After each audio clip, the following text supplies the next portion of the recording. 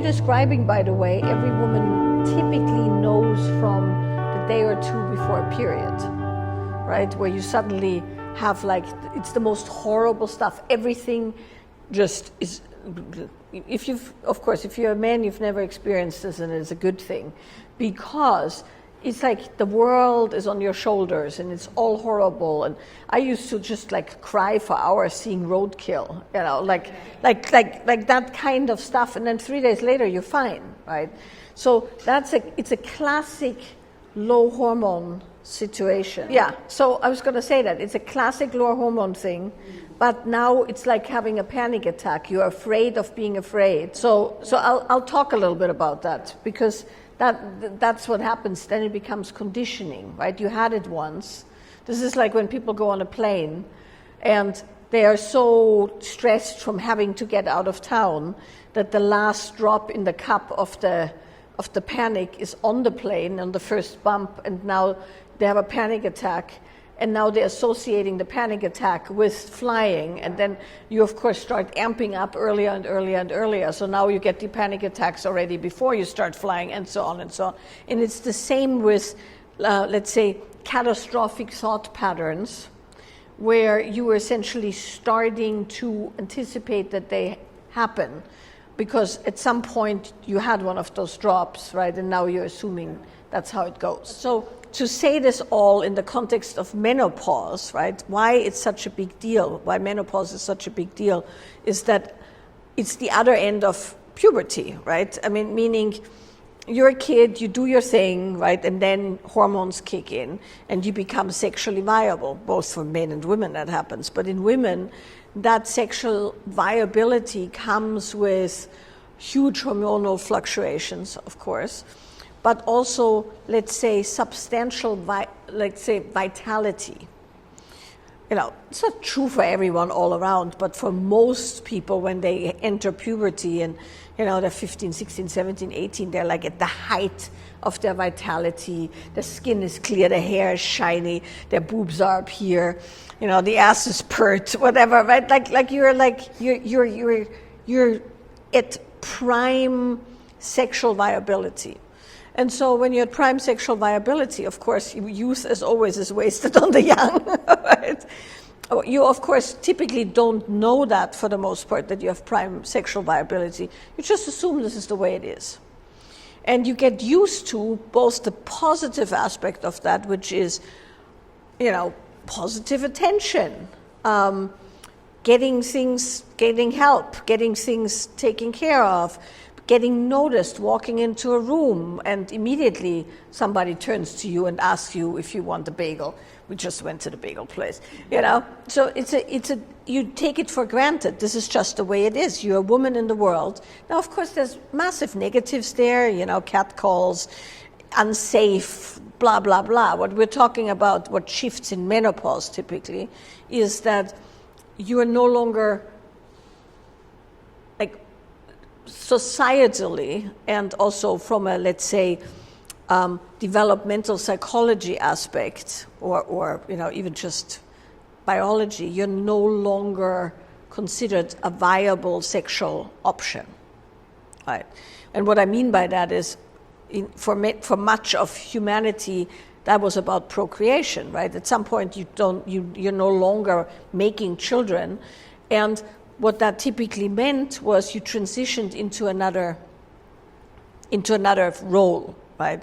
And so when you look at the very few existing intact or semi-intact indigenous cultures, you're looking at the transition out of that, let's say, baby-making, vitality-creating engine of the tribe to elder, right? Advisor, medicine woman, the go-to person for anything that young women don't know, right? And respect with that, of course. But also for most women in those cultures, and for many, you know, many thousands, 10,000s, 100,000s of years back, you didn't have a lot of demand at that point, right? Meaning, you know, you sat in front of your hut, somebody else did all the heavy lifting and cooking and stuff.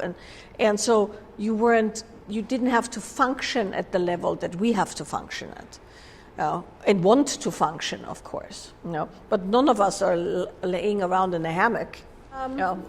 So that all said, there's a transition that we are in that we aren't prepared for, like you said, or that's allowed for, because we're essentially hot till we're not, right? And at that point, it's like you've outlived your purpose, so to speak. But of course that's not true. And as anybody will attest, you don't feel any different inside. You just look different outside, right? And you might not have the libido that you used to have, and there's the weight gain and the hot flashes and you're irritable and all of that. But internally, you're not feeling like you're done with life, and done with your performance and done with things. So with that all said, when we look at the lack of libido in menopause, we're not just looking at the hormones going down. We're looking at the thing that Nadia is describing, which is you're finally able to go something like, I don't have to perform for love. I'm no longer obligated to be everything for everyone. I'm treated differently, so hence I can also be different. Right? Which is a very powerful thing if you don't buy, and of course we're in California, right? So it's hard not to buy into the whole, you have to stay, eternally young. But if you don't buy into that, you actually have that transition where your boundaries, your needs, your accomplishments also are enough, right? Where you no longer have to at all times, and also that not being regarded in that way anymore, while it's extremely painful, is of course also really liberating, because there's way less at stake, in some very interesting way. So what you describe, right, for instance, and what you're saying with the, just not feeling particularly sexy, and you have the thoughts and stuff like that, that's the transition from external service to internal awareness. And depending on where you were in your youth, that takes different forms. Some people were never considered, particularly exciting or beautiful or hot or stuff like that. They typically have an easier time than people who were just spectacularly sexy in their 20s and valued for that more than other things. I work with actresses who got everything in their 20s and early 30s and who were considered back then old with 35, right? And no longer employable and so on and so on. So there's layers of it. One is that you're actually having the freedom to be who you are. The other one is that you're no longer considered overtly a sexual object. And then underneath that, of course, there is the hardcore reality of what happens in the body, right? And the thing with hormone replacement or any of those things is that we don't live the kind of lives where we can just tough it out. And not everybody can do hormone replacement, of course, health-wise. But the problem is that if you have a full-time job, you're still raising children, now you maybe also take care of your elderly parents, you need to be mentally sharp and all of that. You're not going to get away without some supplementation of some sort, without completely burning out your adrenals. And then, of course, the problem is the less adrenal strength you have, the worse menopause gets. I say this to those of you who are not anywhere near it. It's really the adrenals that make or break your menopause, because the adrenals can produce sex hormones. I don't know if you know that. So the adrenals can pick up sex hormones and they can buffer drops, but only if they're healthy. So if your adrenals are in any way compromised, they can't make up for the drop in estrogen or testosterone or progesterone and all the related stuff. So the better your adrenal health, the less trouble your body will have to buffer. That's Lanny. So that all said, it's not as easy as, just have sex even though you don't feel like it, or your libido will come back, and if it doesn't, then you do something else, or take some hormones. It's very, very nuanced, and it's very individual in how it expresses, right? A lot of people get very anxious. Some people get depressed. So it's a very, very finely tuned system in which you have to find your way through, which makes it so hard to get proper help, right? Because there's not really that much of a finely tailored approach. And as all things women's health, it's hugely laden with dogma. Either which way, right? There are the people who say this is all unnatural, you shouldn't do anything, women have gotten old for all times, you should just suck it up. What's the problem? Why are you coloring your hair and wanting to look young? You're selling out the sisterhood, all the way to do everything you can with everything you got to stay young, which is of course not possible, right? So there's this entire thing that's happening there too.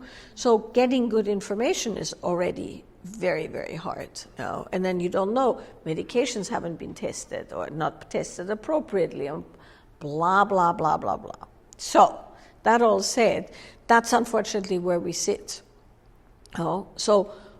But there are some things that you can do, this is for everyone, right, that will make that transition easier. And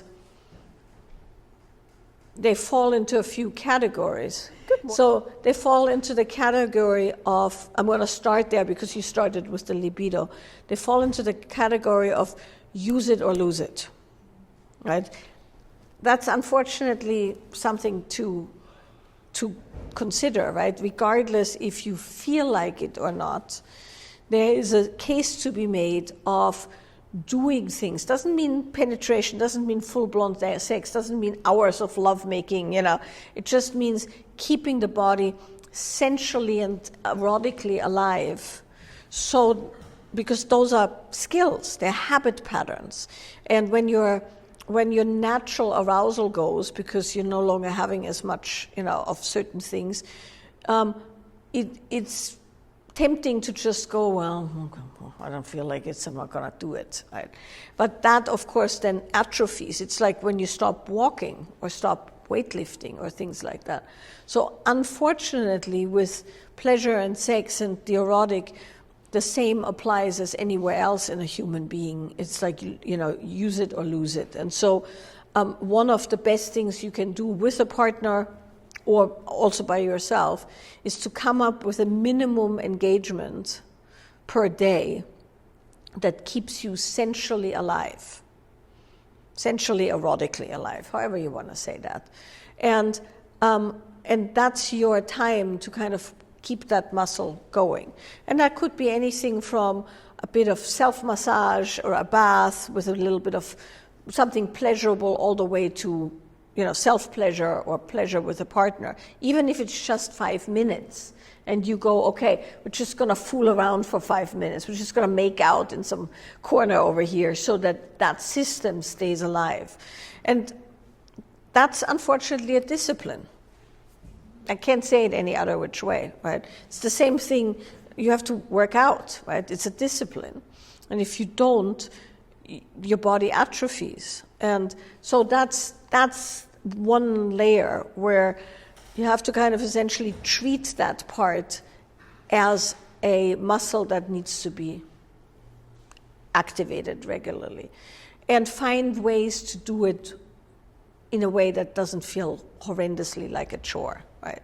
And so when you're talking about the jar, right, there should be a whole category in the jar of like 5-minute little pick-me-ups, right? So that it's not like, okay, now, the everything shower followed by but like a quick thing that just gives your body the message, I am vitally, sexually, erotically alive. And that compounds. And then when you kind of come out the other side, and you kind of feel more you like yourself again, the new self, then you have that installed and you're, hot to go again. But you have to maintain it in a certain way. So that's one thing.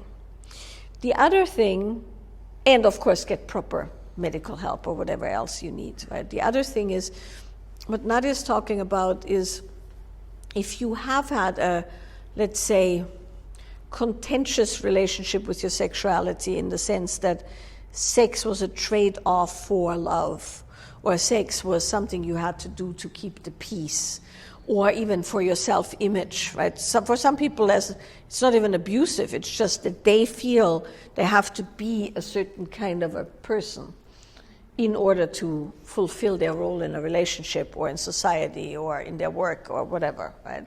So now you're going, oh, well, like you said, oh, this is a good man. I don't have to fake it anymore, and I don't have to do things I don't want to do. That happens to a lot of women in menopause, where you suddenly realize you actually have agency beyond your sexual viability. The issue, and you addressed this correctly, is that, of course, he isn't involved in your boundary setting or previous patterns, right? He's just somebody who's crazy for you and in a fairly new relationship wanting to engage erotically because he loves you, right? So it becomes a very fine line between how you maintain your sovereignty and agency, but also how you cultivate the relationship for longevity. And that is really what happens for a lot of people in menopause, where that has to be, in a very nuanced way traversed, where you're going, oh, wait, I can now say, no, I don't feel like sex in the morning, right? But at the same time, you can say, oh, sex in the morning for most men is much easier, right? Which is a huge thing, because, of course, when you're a man and you're aging, you also have shit going on, right? And that shit is existential as well, right? Because it's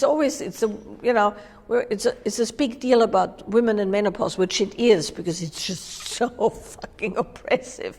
But, men also have a diminishing sexual function, erection function. Less testosterone means less drive. Also the bones, the muscles, the stuff. There's all kinds of stuff going on for men as well that also have a use it or lose it function to it. And male sexuality also changes as men age, right? Simply because, well, why wouldn't it? So the toss-up here, so to speak, is always,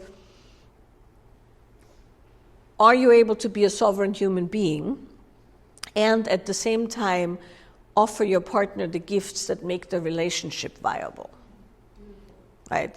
And that's the creative tension, is where you go, well, I'm not one for morning sex, but I have established that, and I also no longer feel like I have to perform for love. So now I can on occasion go, I'm going to give Mike the gift of whatever, a morning blowjob. Right? Hey, it's Saturday morning. Yes, yeah. Yeah, but we laugh about that. But what's wrong with that, right? So I really want to say that men love blowjobs. We have to say that, exactly. And there's nothing wrong with that. It is not there. If it's a decent man, right? Now, not some abusive asshole who forces you to do things you don't want to do, right? But it's not their fault that we have done things to compromise ourselves in the past, right? He has no part in you having compromised yourself. That happened before his watch, right? And now he's paying the price for shit that you've done before you met him. I'm vastly exaggerating. Yes, I'm vastly exaggerating for making the point, and it's not just about you. we as women are famously stingy with things that we just don't quite feel like it in that moment, right? That's just the way it goes, because we've over-delivered so much in our lives that when it comes to menopause, we finally have the excuse to go, fuck that, I'm not doing that anymore. I'm a grown woman now, I'm a strong, independent woman, fuck you. But the problem is, he's a new partner, right? So that's why I'm saying this for everybody's sake, because he goes, oh, he looks like a kid in a candy store. Well, why shouldn't he? The woman who loves gives him something he enjoys, right? That shouldn't be even, I know you were just saying this lovingly, but that shouldn't even be something we have to point out. We have to just go, what is it that would make him feel like she's giving him a gift, right? The other way around too is we have to be very careful, because there is this whole idea that men are sex pests, when it comes to menopause, and women are so put out, and it's, and I really want to make sure that we don't get into that narrative, because people are in relationships because they love each other, and we have to navigate our own shit, and we have to navigate the relationship. And there's always a strong creative tension there between no longer compromising your sovereignty and at the same time cultivating something that's beyond that, right? And so I think this is a general point, and we'll get to your stuff, right? So the general point is, you want to have a few things that you know about your partner, hence the freaking jar exercise, but you don't have to be so formal about it, but you want to know a few things that really make your partner feel special and loved and cherished. Doesn't have to be sexual, that you can pull out of a hat even when you don't feel like it, where you've decided up front this isn't going to compromise the integrity of your being, right? Because sometimes when we've done that, we kind of go overboard the other way, where now we can do anything that isn't, when people do this, well, if it's not a full body, yes, I'm not doing it. That is such a crock of shit. I'm sorry to say it. If I offend anybody, take it up with me later. If we only do what is a full body yes, nobody's kids get fed or taken care of, or work gets done, or that dog gets walked, right? Very few things produce a consistent full body yes, even the most amazing things. You gotta be a human being and be responsible for your life and your relationships. Right? You can't do the, well, I didn't feel like it today. If you do that while you're breastfeeding, you're gonna have a dead infant, right? So there's such bullshit out there. And it's the same in your sexual erotic relationship. You're not always going to have a full body yes. You're going to, on occasion, have to go, well, it's whatever, Saturday morning and my partner has a raging erection. I don't feel like having sex, but some things I can do. I have good hands, right? So whatever, right? And a bottle of lotion, whatever, right? There's things you can do to maintain the integrity of the relationship and also maintain the integrity of your body, right? And this brings us to what Mike so very beautifully expressed. He is in a similar position, because if he doesn't desire you, that's going to be a problem. But if he does desire you, it's also going to be a problem, right? And that's what a lot of men have to deal with, is never mind their own physiology, but it's that thing. Well, if he becomes a sex pest, it's a problem. If he isn't a sex pest, it's a problem. Because if you go, I don't feel like it, and he goes, okay, 3 days later, you're like, why? He used to feel like it. Now he doesn't feel like it. What's wrong? Is there something wrong? And then that whole thing starts again. That is a premenopausal thing, which is sexual value for love or for a relationship. And so that's the edge, right? Where he has to go, well, I'm going to have to desire her, but I can't pester her. And you're going, well, I want to I want to do things with him, but I don't want to compromise myself, right? And so how you deal with that specifically in menopause and beyond and before is you have code words.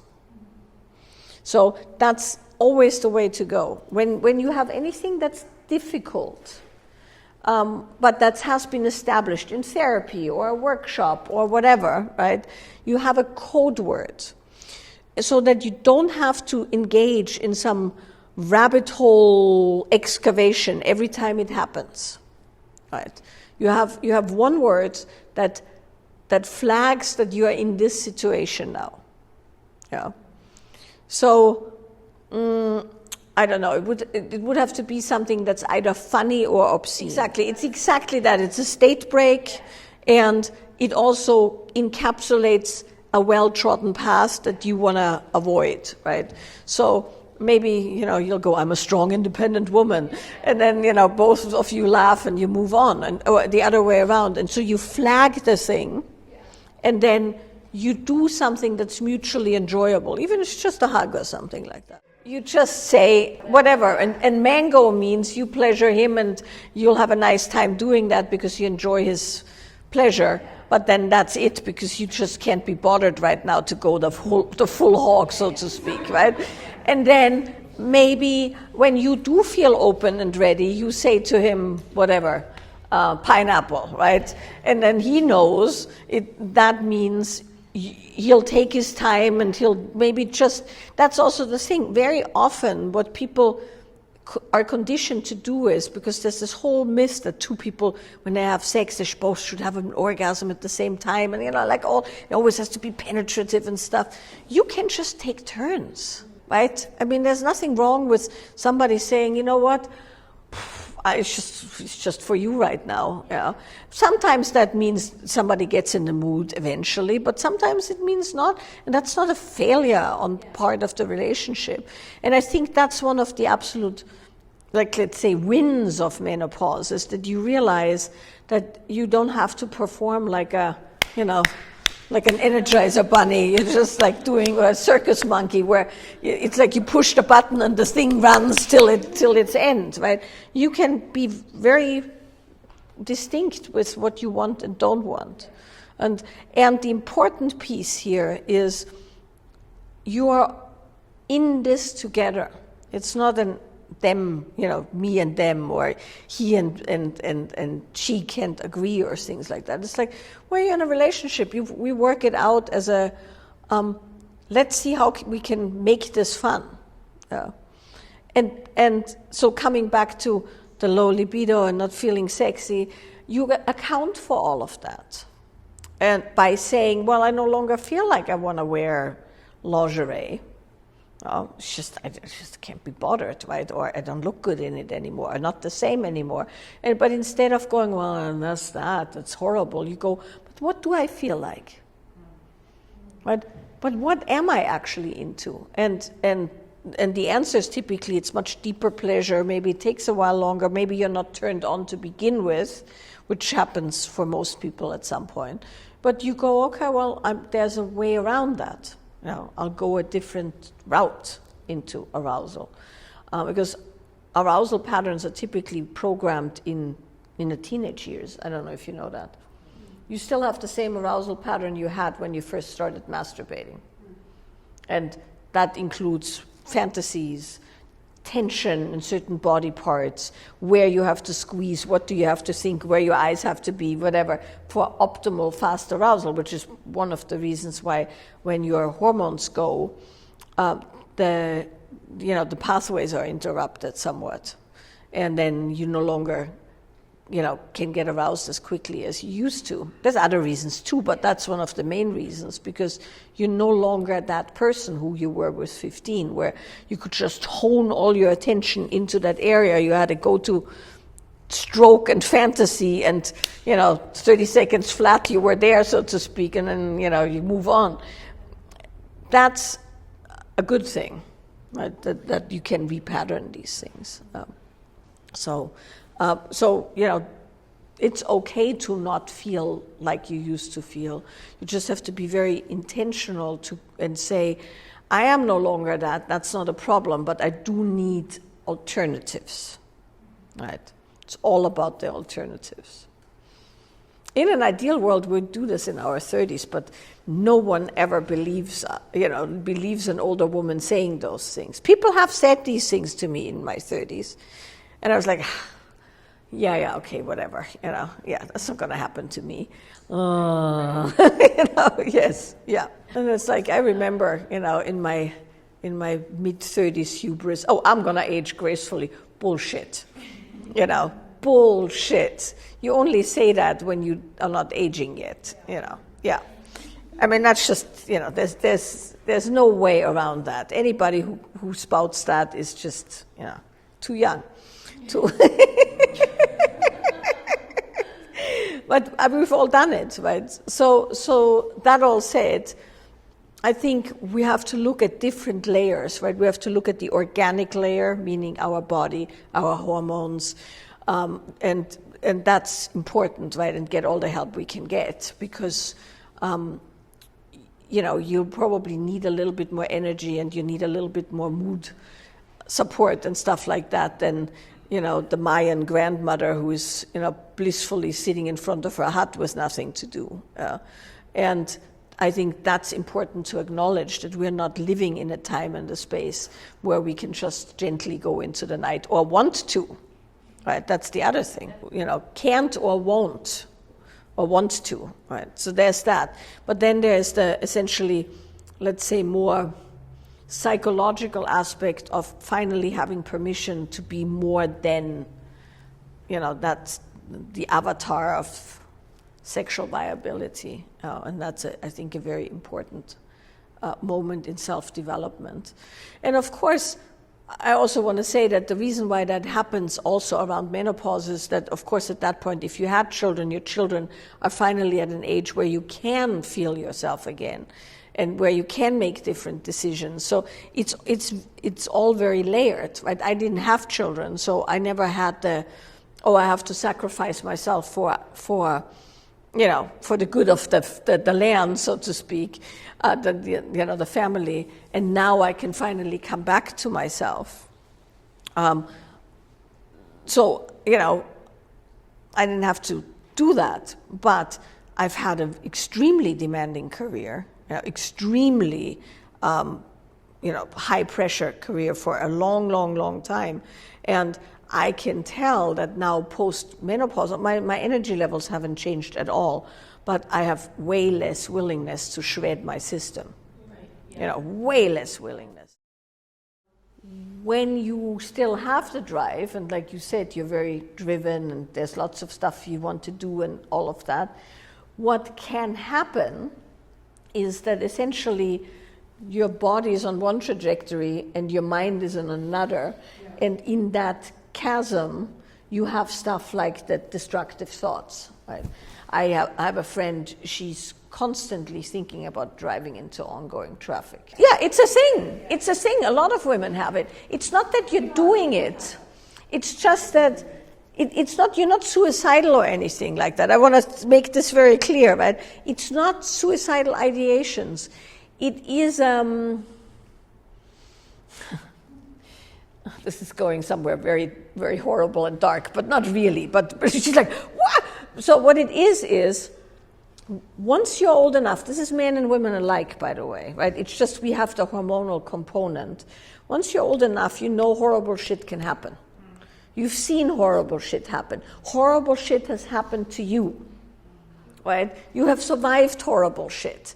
And that can be anything from illness to the death of friends, family. I had a house burned down in a wildfire, right? And I mean, followed by a pandemic, followed by, all kinds of other stuff. So at some point you go, well, horrible shit can happen. There's actually nothing you can do about that.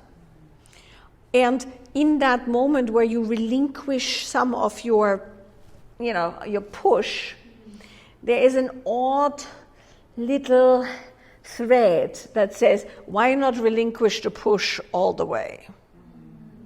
Right? It's a very, very thin line where you're going, well, if maybe I'll just take my hands off the wheel. And that's where that comes from, where you go, well, maybe I'll take my hands off the wheel, right? And it's not a wish for suicide, but it's an annihilation of old pattern. And everybody has different fantasies around that sound very dark and destructive. But it's not that you're going to do that, or that you actually want to do that. It's a function of both knowing that horrible things can happen and understanding how much you're not in control of them, right? And then that brings me to what you have going on, right? That's what's happening. You're going, oh shit, I've kept my shit together for my entire life, and now I'm realizing that actually it makes no difference if I keep my shit together or not. Shit can happen. Shit is happening. I've just read that shit is happening. So your psyche goes, fuck! And why does it do it during sex? Well, it's probably the one time where you're letting go enough that pops up. So that is what happens, and that is typically a later in life situation. It's not necessarily, it is hormonally driven to begin with, but it's just a thing that's happened now. So here is there's a few ways around this. Remember, I think, I feel, I want to. So it's in that realm, right? Your mind is going, I think, and it pulls your energy out of your body into your head, and then you're not present, and you're also not as arousable, obviously, right? So you have a few ways to go. One of the ways to go is that you train yourself in a non-spinny moment to focus on sensation. So you put all your attention in this area, meaning your arms, your hands, your chest, and you touch him or rub against him, and you can also work on her, on really getting with sensation. And your mind can still do its thing, but you're doing something. That's, by the way, one of the reasons why people sometimes get into rougher sex and stuff, because the higher the sensation impact, the less mental stuff happens. I'm not saying you gotta spank her every single day, even though it would probably do her some good. Probably would do her some good. But you actually think you should try that. You could also massage her feet, of course. Not quite as sexy. But you have to do things that bring her energy down, right? Because her energy is up here, and you want it to be from here down. So both heart opening, but also high impact, lower body stuff. And it's interesting because were you the one who suggested the heavy activity outdoors in nature kind of stuff? That is her medicine, right? You're essentially going to have to run her around the block like a racehorse before you fuck her. Really? Yeah. So that really, I mean, I'm joking, but I'm not joking, right? You gotta run her body so that her body revs high enough that it pulls the energy down. And then that will help. Yeah. So focus on sensation and have the sensation be strong enough that the excess energy of the mind goes into the body. Yeah. Yeah. Right. And you can make it happen very nicely. You know, I mean, squats are one of the prime ways to get out of your head. Yeah. Yes. Absolutely. You know. So I'd like really put her through the paces. If you can do it in a way that's both delightful and also slightly sexy, I think you're going to have a really nice time. You know, yeah. Most of human existence is energetics. And the reason why most of human existence is energetics is that we produce electrical energy on the cortex of the brain. You all know that, right? And so that electrical energy on the cortex of the brain is dropped down into the neural pathways. This is a very non-scientific explanation that I'm giving, but you know, it drops into the neural pathways, and then the neural pathways have all the information for an action. You know, the neurotransmitters get emitted, muscles move. You know, eye hand coordination, everything happens from there. But the important piece is we have limited energy available per second, 444 gigahertz, supposedly. I don't know if that's true, but give or take. That means the human body is extremely energy efficient. It has to be, because we can't upgrade RAM the way you upgrade a computer.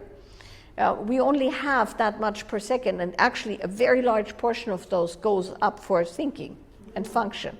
The body function is a very low percentage of that. Most of it is this.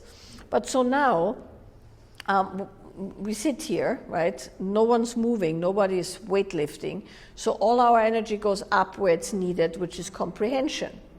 But now which we will eventually, right, we'll get up and do things, then the energy has to come back down. And so the body is constantly producing energy distribution.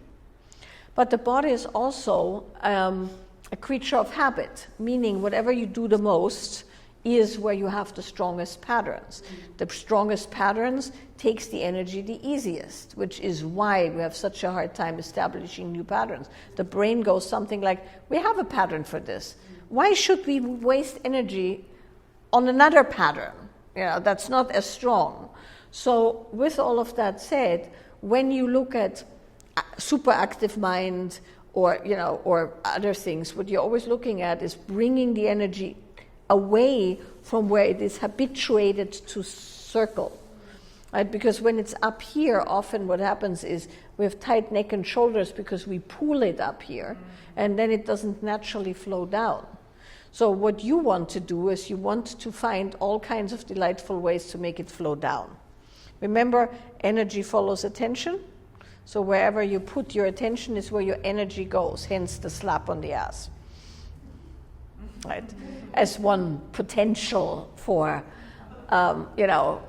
playing around with it. But like I said, massaging the feet, the calves, running, jumping, squatting, dancing, right? Everything that brings the energy down will have to pull it from somewhere, and where it pulls it from is excessive thinking.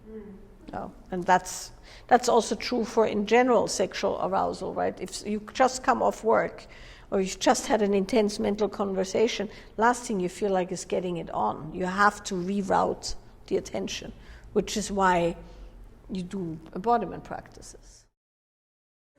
Well, I developed an entire movement system, a somatic movement method called the nonlinear movement method. It's very original because obviously I didn't think it was going to be as big as it is now, right? It was just something I developed, 20 years ago. And so in nonlinear movement, we're using the principles of trauma therapy, because I'm a trained trauma therapist, and somatics to essentially regulate the nervous system.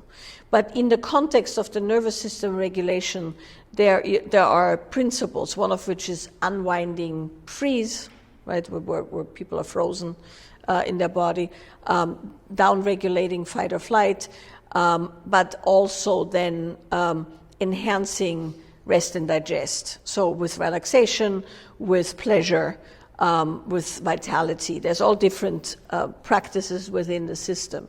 And so the pleasure practice of nonlinear movement is essentially a practice where you teach yourself to focus on positive sensation and away from chronic whatever, right?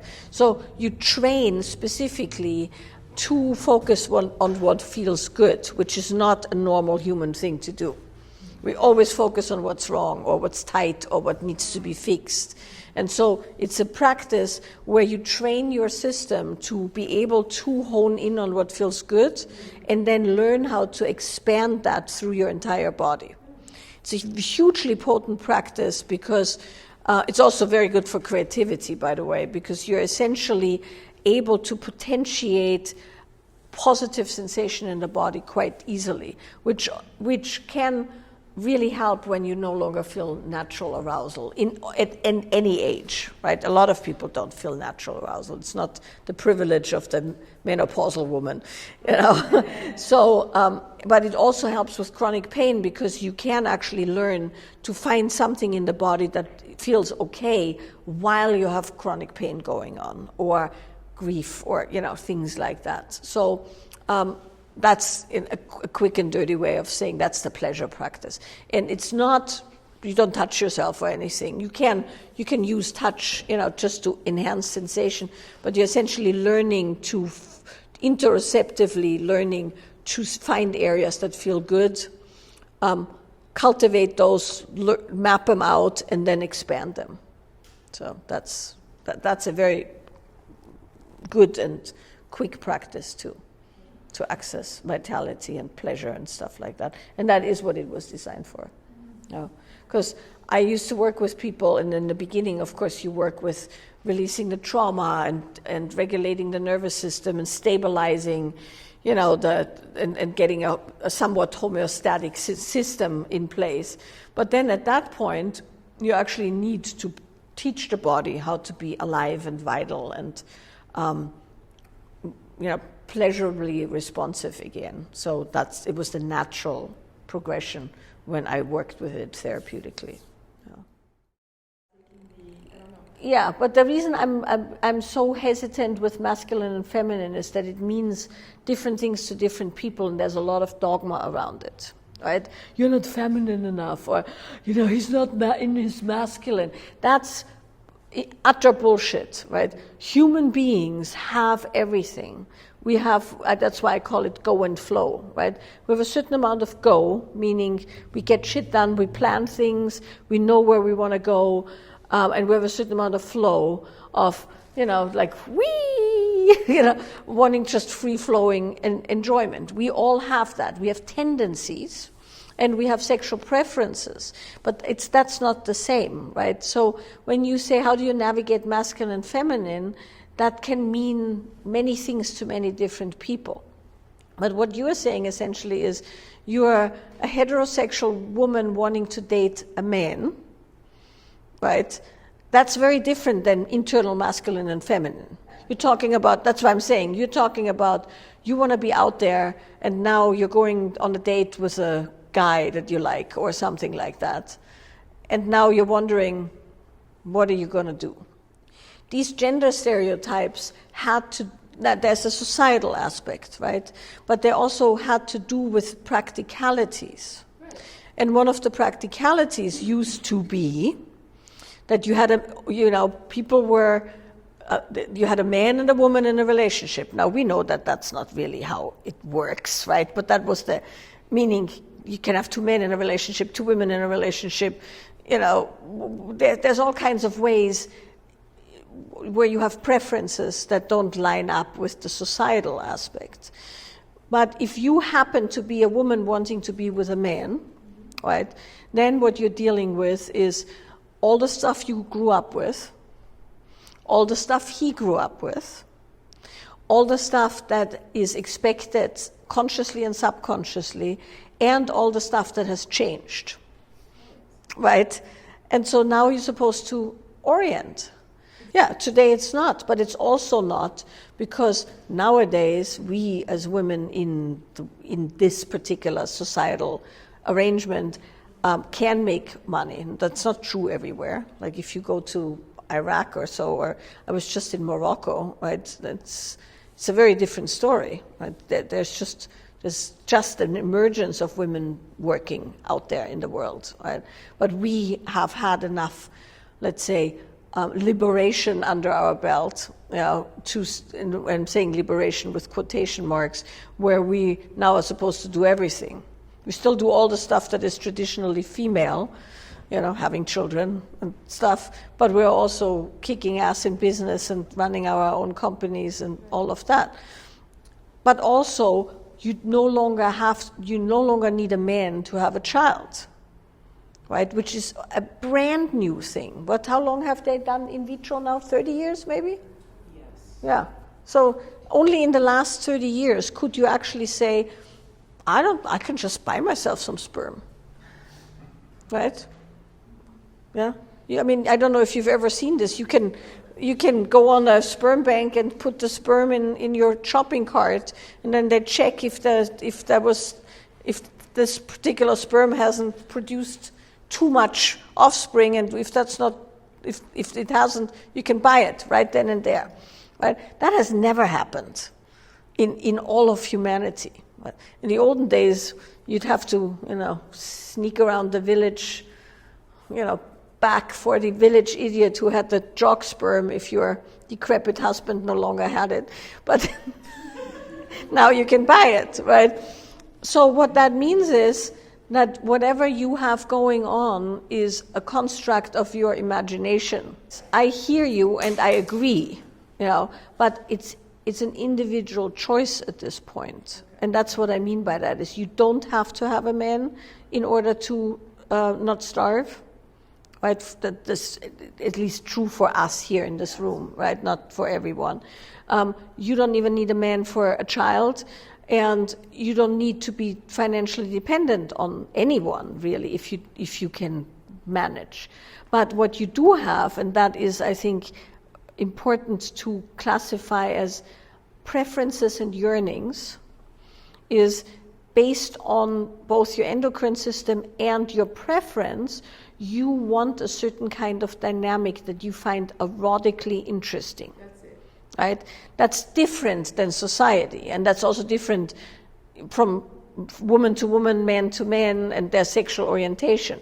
But if you say something like, I can, I've done all my own shit in my life, I have my own money, I do all of that, but when I go on a date or when I am with my partner, I would like to be the one who follows along. I'd like to be the one who's not in charge. I'd like to just be the one who goes, whee, on the roller coaster. And he's the one who calls the shots and maybe orders the table and pays the bill and tells me, how beautiful I am or whatever, right?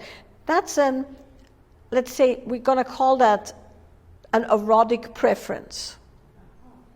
Right, or a sexual preference, meaning based on who you are, that feels good. Now, I know some women that they are on the other end of the spectrum. They want to be with a man who goes along and is just a shiny boy toy kind of, wee, where are we going today? So both exists.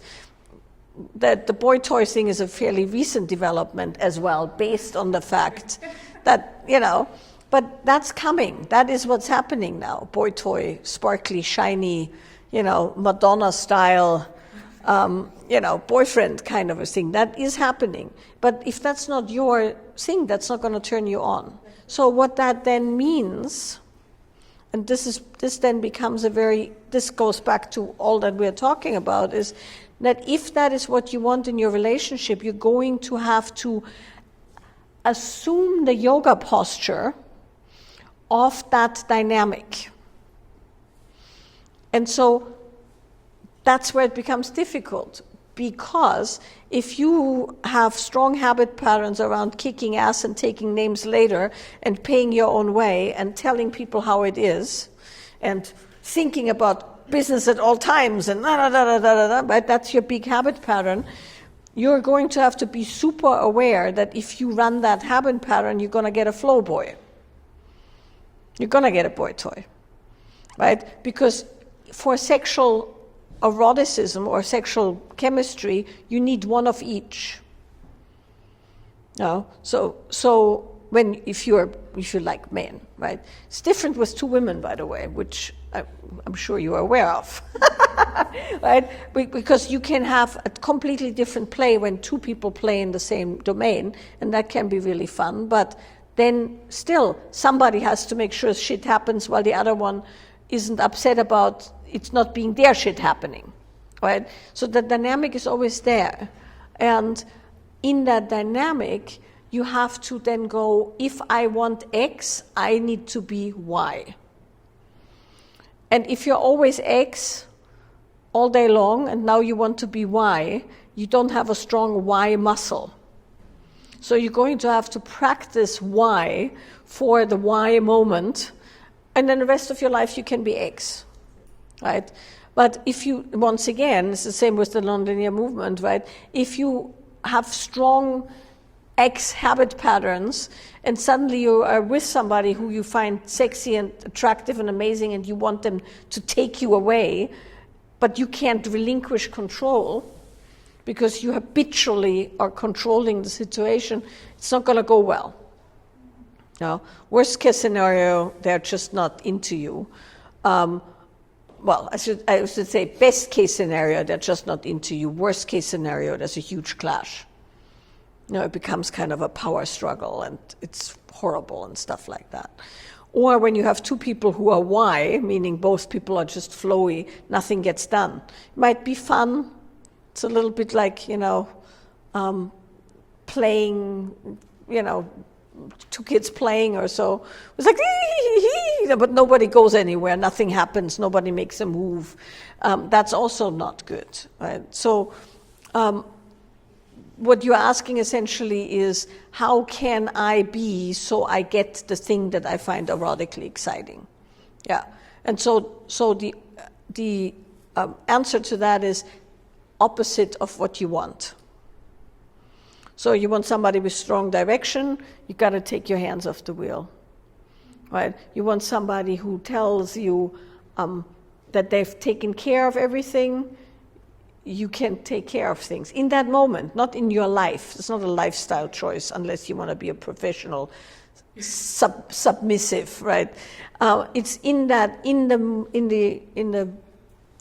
that also means you're going to have to sit on your hands and shut your mouth when it's not going the way you want it to go, because the moment you take over, your partner will take their hands off the wheel, right? So that's the dynamic that you're talking about.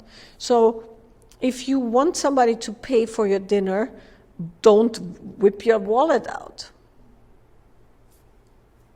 right? Because then you see what happens. Yeah, and that's a silly example because, some financial things shouldn't be what makes the erotic happening. But there is an element of that, because what, evolutionarily speaking, we're attracted to is the village chief and not the village idiot. The village idiot is just good for emergencies. But what you want is the village elder who has resource. so that, the tribal elder. And what qualifies somebody as a tribal elder? Well, fame, money, influence, power, but also direction, experience, benevolence, right? It's not just the what we consider negative. But that is why people who are high-powered can have their pick of mates, while those who are on the sofa all day eating, pot brownies and haven't changed their sweatpants in a week are not going to get a lot of play. Right?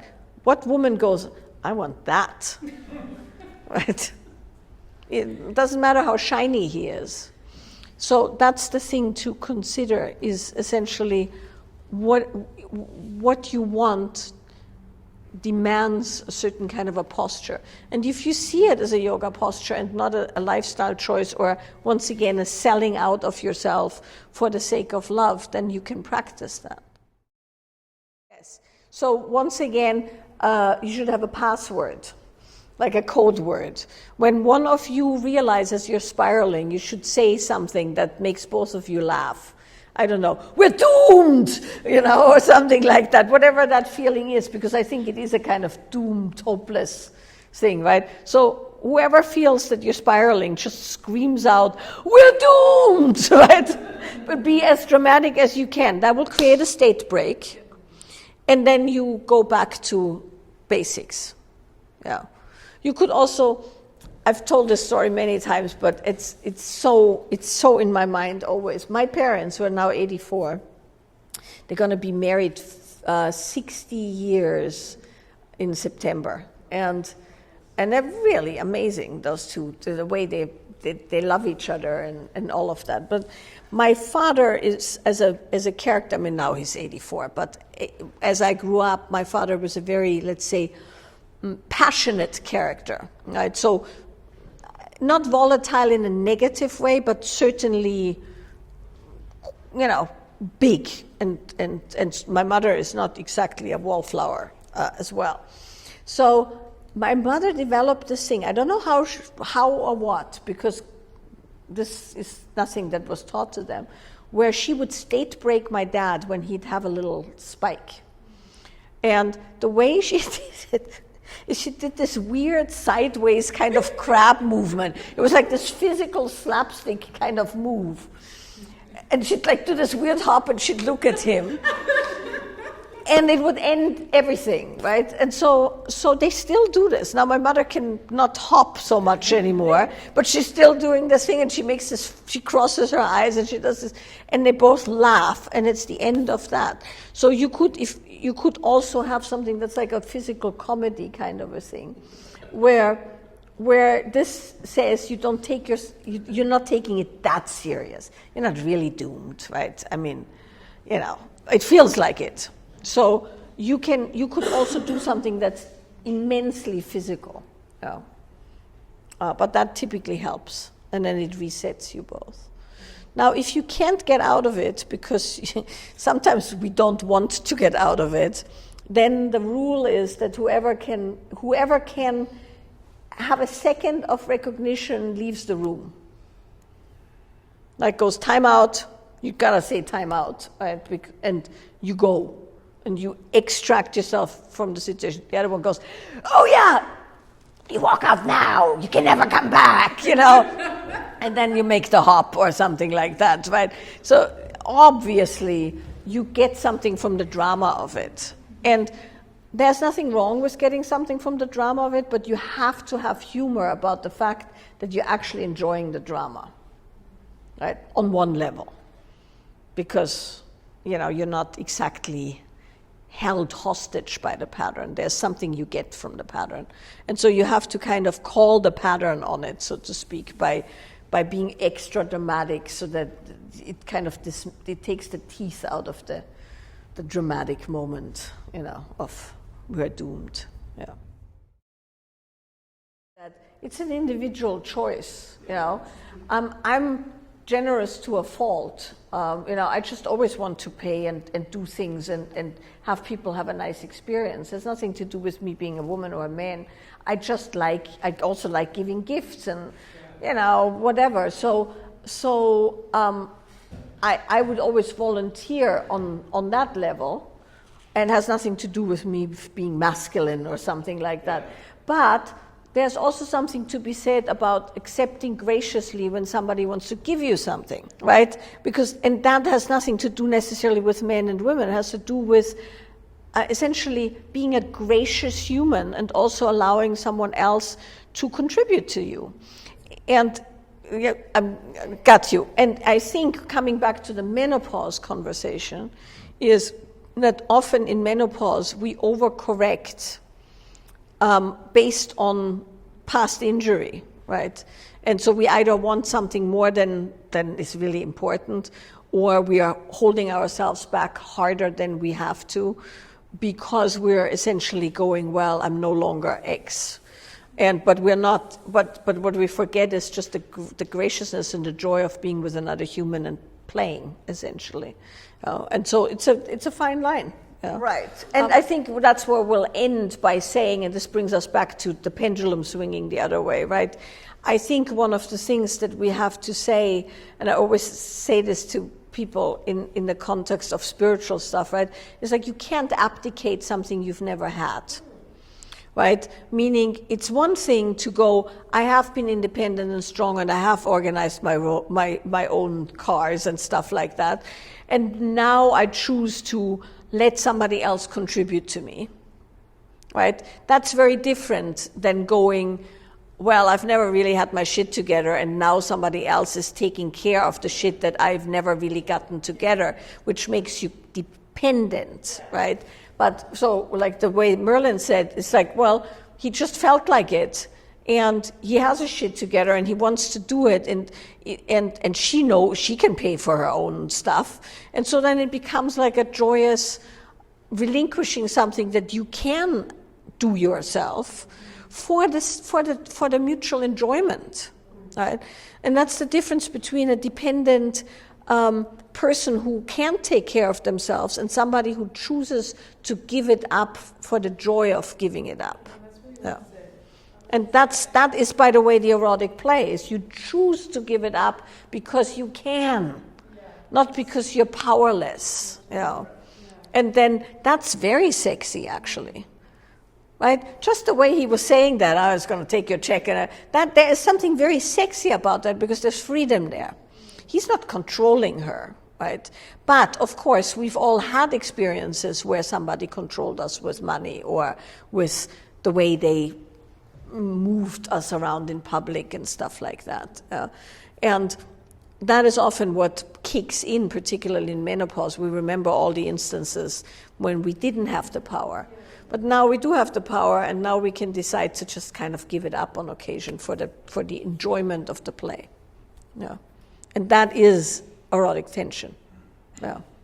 I think it's really important to understand that it's not a gender war, right? It's like people have a lot of shitty baggage based on being alive, and a bit of generosity goes a long way, a long way. If you can just be generous to another human, like you said, and go, oh, well, I'll take care of that. It's just so wonderful, and has nothing to do with selling yourself out or, yeah, it's just generosity, and that brings us back to the praise piece. What's wrong with telling somebody that they did well? Right? Seems like that's a horrible thing, to have to do. Most people just complain. Very often, when we do exercises like the praise exercises, you're actually an interesting group because no one here hates their partner, which is not how it usually is. Right? Typically, I work with a lot of people who really resent their partners, right? And they have real issues. And then we do the praise exercise or something like that. And often the man will cry, openly cry, because they haven't heard anything other than you didn't do that, you didn't do that, you didn't take the trash out, you didn't, and they never get to hear that they're actually decent humans. And so I think praise, bringing it back to where we started, is a superpower.